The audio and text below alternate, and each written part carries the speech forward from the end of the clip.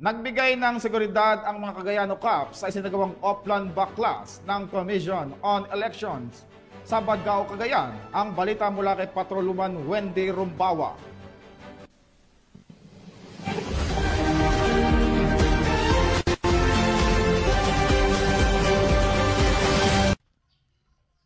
Mahigpit na binantayan ng Badgao Police Station sa pangunguna ni Police Lieutenant Colonel Noriel U. Lacangan, officer in charge ng Badgao Police Station sa pagpapatupad ng Oplan Baklas ng Commission on Elections nito lamang ika-28 ng Marso taong kasalukuyan, katuwang sa pagbibigay ng seguridad ang Regional Mobile Battalion 2 upang matiyak ang maayos at ligtas na pagsasagawa ng programa. Pinangunahan ni Mr. Rigor Salvador Election Officer 3 ang aktibidad at siniguro ang maayos na implementasyon ng programa, katuwang ang Department of Public Works and Highways at Bureau of Fire Protection na nagbigay ng suporta sa pagtanggal ng mga campaign materials na hindi sumusunod sa itinakdang panuntunan.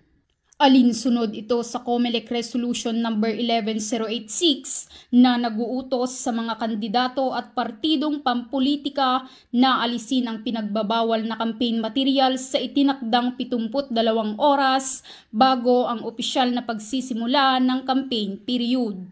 Ang Oplan Baklas ay alinsunod upang matiyak na ang mga campaign materials ay naaayon sa mga patakaran ng COMELEC, partikular sa pagbabawal ng mga ito sa pampublikong infrastruktura tulad ng poste ng kuryente, punong kahoy at pampublikong gusali. Samantala, patuloy namang magbibigay ng suporta ang kapulisan sa anumang hakbangin ng COMELEC upang matiyak ang patas, malinis at ligtas sa nalalapit na national and local elections 2025.